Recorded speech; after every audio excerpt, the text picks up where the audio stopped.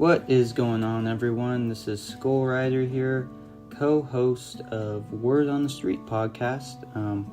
Truly pleasure to be making everyone's acquaintances here, and I gotta thank my boy Steven for having me as a co-host here on this program. I'm super excited to start this series and dive right into the Bible, which is arguably the most interesting and fascinating book of all time.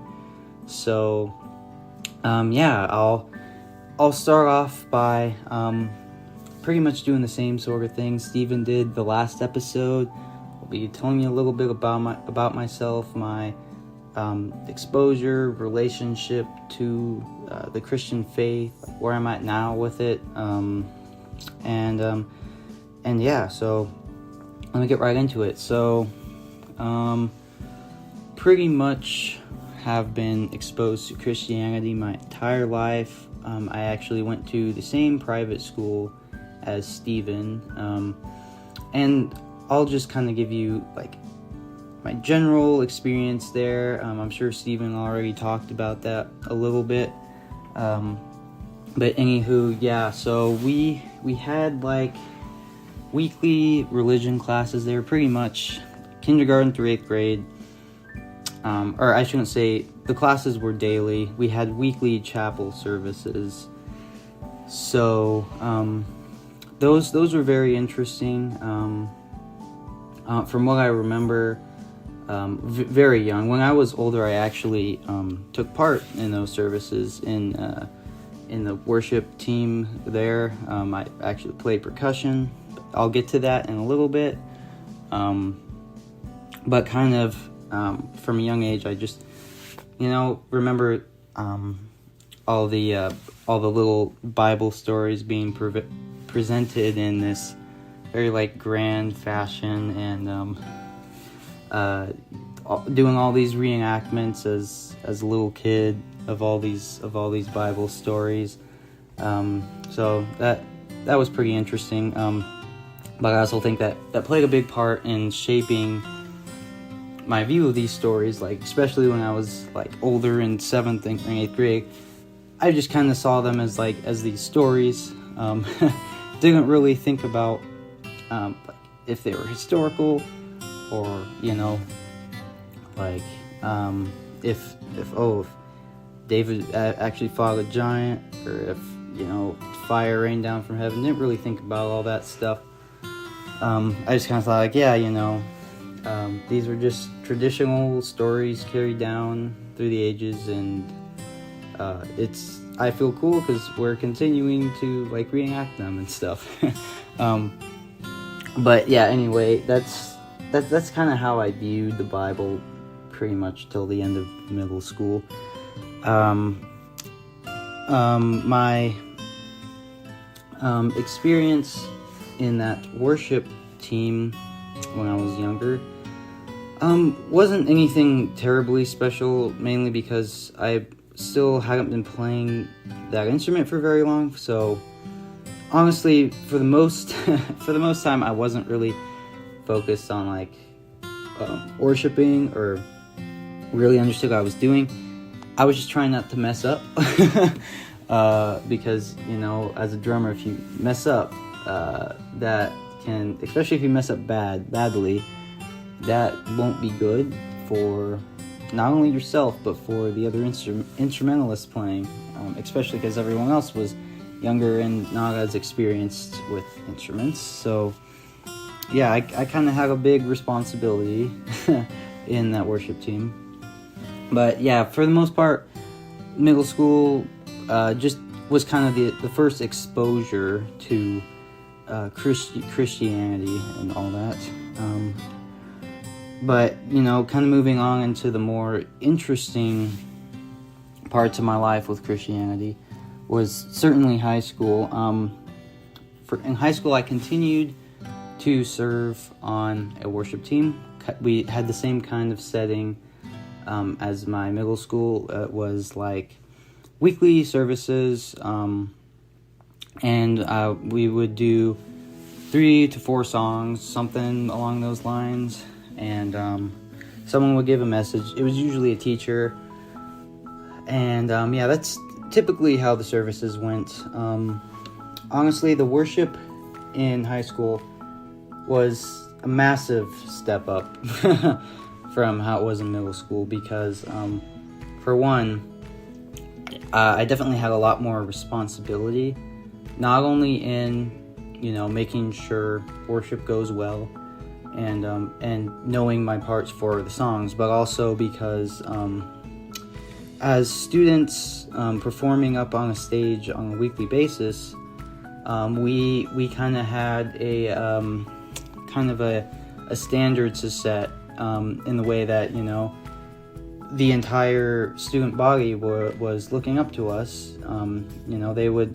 They would see us as kind of the representations of this religion, of the Christian religion every week. So we kind of were expected to kind of live out the values, and the main tenet in Christianity being like, hey, if you're a follower of Christ, it's literally what the name means. You have to act like he did, and shine his light to others. So we definitely were held to that standard in that worship leadership. And honestly, I think out of all the electives in the school, that one definitely was the most difficult to get in, because it didn't only matter if you were a good musician. In fact, they probably could have not cared that much about that. What really did matter, though, was you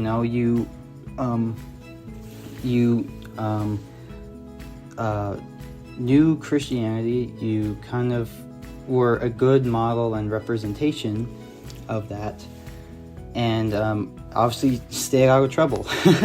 that was kind of the main thing you had to do. As long as you just stay out of trouble, you'll kind of be good to join the team. And I don't really have too much of a problem with that, as I've always been someone who really prioritizes school and academia. So I wasn't really making a ruckus in the classroom in the first place. But that also kind of got me thinking about, hey, like, what does it really mean, or what does it really imply to live out this lifestyle, as a Christian? And that is certainly the first time I really thought about that was probably my sophomore year in that worship leadership team, because that was when I quite literally became the only percussionist in the school. So I was on every week. As a freshman, there were 3 other drummers, so I really wasn't on that much. I really wasn't up on the stage that much, and I was a freshman. Like, who's really looking up to a freshman? So, but yeah, sophomore year, that's kind of where things got a little bit more real and serious with that vocation there. Another really big impact, and honestly, it's still kind of a way I hold, or a viewpoint, I should say, that I hold to with the Bible, was our theology classes there, sophomore and junior year, and senior year too. We had a absolutely fantastic theology teacher. I'm sure Stephen has mentioned him or talked about him in his little episode. But at least my experience with him, he truly made me realize that the Bible is just, it's not only about telling all these stories about God's miraculous and wonderful events. It's truly trying to convey a message to ancient audiences. And I never thought about the Bible that way, but it was also like a, oh duh, of course moment. Like, this book wasn't written for us here in America, living 2,000 years or more after the time these texts were written. It was written in that time period for the people living in that time period. And that was a truly just a true epiphany for me. and how I, just approached this book. And honestly, that view, like, that's ultimately what I still want this podcast to be. Like, I don't want this podcast, and I don't want you guys to think that this podcast is just going to be us, like, propagating this, like, evangelicist message to you guys. It's like we're really going to try and just kind of deep dive into the Bible, just go through it book by book and read it how it is ultimately, we're gonna just do some exegesis on it, and we're gonna try and be as genuine and non-biased as possible about what it says. Of course, everyone's going to have their own view about what this book says, because it's not even written in our language for starters. But yeah, we're really going to try and be as genuine as possible with this, and just kind of give our thoughts about it, and it's going to be good. But anyway, kind of putting that side tangent aside, that class was also a pretty big influence in my faith, for sure.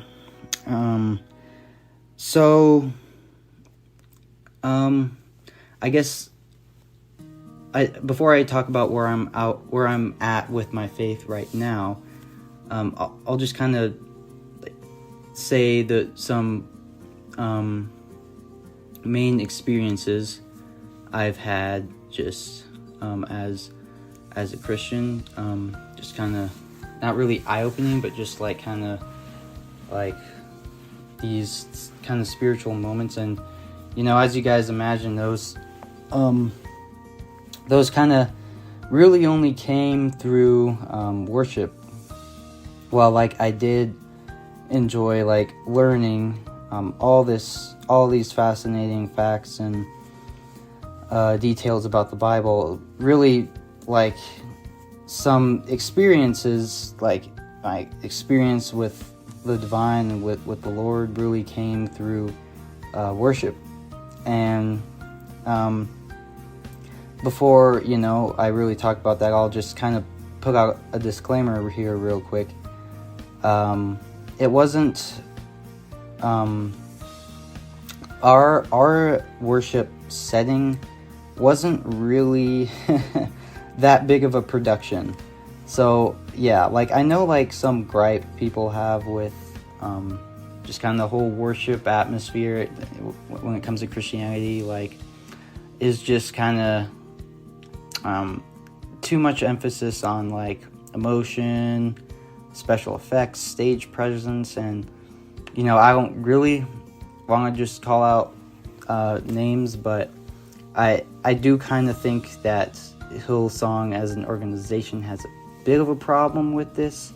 Not to say that they aren't, like, genuine or anything, but I think they can kind of fall into the trap of really losing sight of the main purpose of the worship, and getting a little bit too caught up in, hey, we gotta conjure up emotions from the audience, and maybe in the musicians themselves as they're performing, and now that becomes kind of the purpose and the production, instead of, okay, why are we even here? Why are we even making this music in the first place?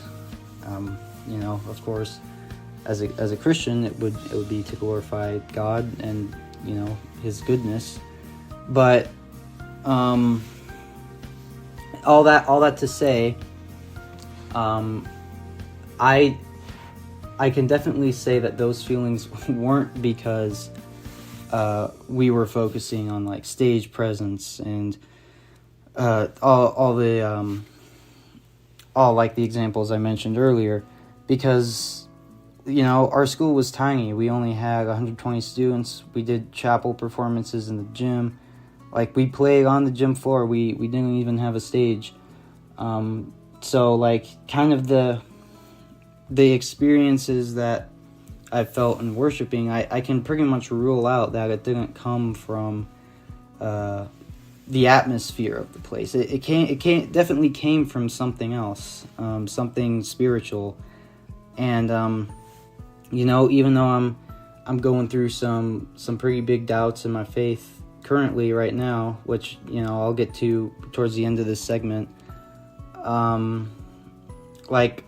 I've still always truly believed that the physical is not all there is. There's certainly something else out there, and whether it be found in the Christian religion or other faiths, it's certainly out there. And that's kind of the experience I had worshiping. It's like I truly felt something else, and by then I was a good enough drummer. I didn't really need to focus on my parts all the time and keeping tempo all the time. It came more naturally to me by the time I was like sophomore, junior in high school, and that's really when I started to feel like, wow, okay, there's something going on here, right? There's something else here. So of course that was eye-opening to how I viewed the world, because I think it makes a big difference whether you believe the material is all there is, or if there's another fundamental reality out there, kind of like a dualistic view. I really do think that makes a big difference, especially when it comes to the end of our time here. It's like, well,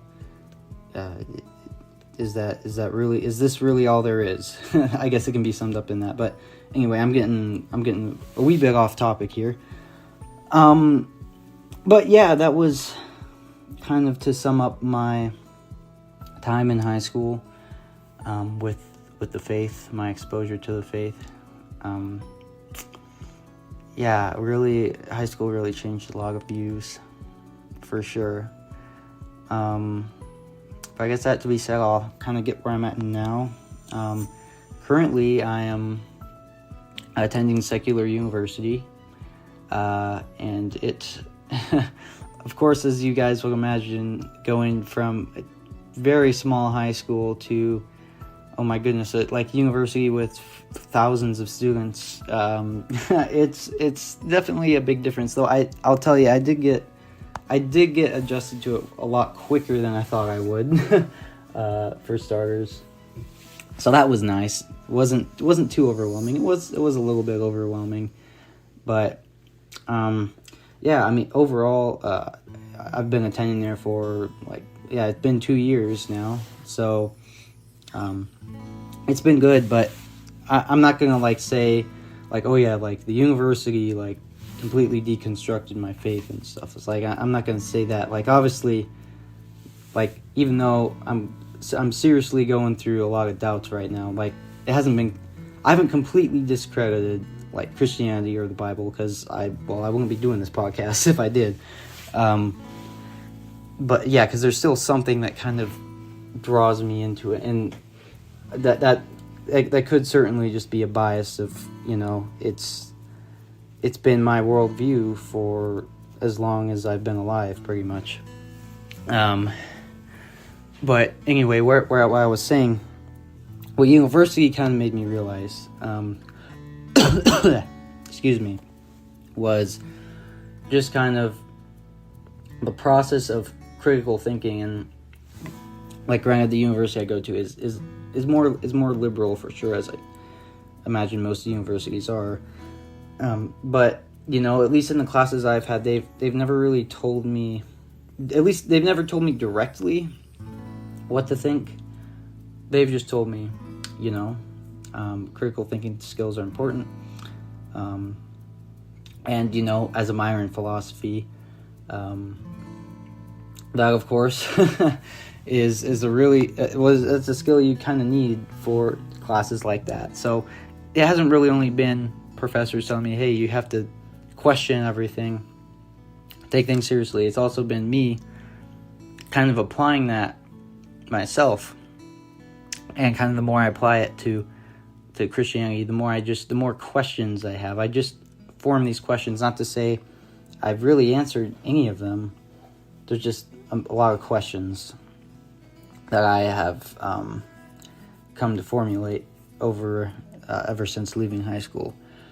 But I won't get into everything here in this segment because we're gonna go through the whole Bible. So I think that'll even help me formulate exactly my thoughts about everything and all this. So honestly, another reason why I'm even doing this podcast is kind of for my own sake, my own growth and development and faith, and because Christianity is not really a light religion when it comes to practicing its beliefs. It's like if you believe this stuff, you better be willing to die for this. And the reason why I'm even still I'm hesitant to even call myself a Christian in the fundamental sense is because, like, if if I was in a situation where I had to die for this faith,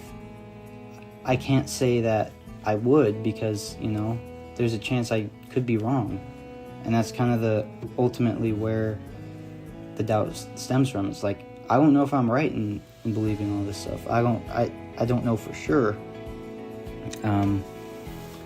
Like, I haven't gotten this grand revelation from God or anything. So, what are we left with? We're left with the Bible. And now it's just time to see, does it hold up to other facts about the world that we know? Does it hold up to like archaeology, what we know about history? It's like kind of all these different factors is kind of how I can test to see if the Bible kind of makes a check mark as like being authentic. But of course, don't get me wrong, there's still many just absolutely amazing things about Christianity that I'm still in awe about. And I think it truly is different than any other religion, and like mainly because the Bible, not only is it theological, it's a very historical text too, and it's a book that not just theologians but also historians can get out of too. Just people that want to know what the past was like. There's a lot you can get from the Bible about that. But anyway, also the fact that just there hasn't really been any other religion that started quite the way, or spread quite the way Christianity did. Like the teacher was killed, and yet the religion is widespread, like becomes a global phenomenon. It's like, how does that happen exactly? Like there's many things that even non-believers should admit are pretty wild and fascinating, and you still have to answer those questions too about Christianity. And personally, it's like some of the stories are just very moving and beautiful. It's like I really have a hard time also believing that human hands could have just made everything up, made what the mission of why Jesus was here, the purpose of why he was here, just made all that up. It was just some story. Like, it's very beautiful and moving, just especially some things that Jesus does over the course of his ministry. So there's that aspect too. So I'm just kind of split right now where to go. But it's like in my heart of hearts, it's like I still do kind of have I still really do believe there's some truth in Christianity, even if it all isn't true.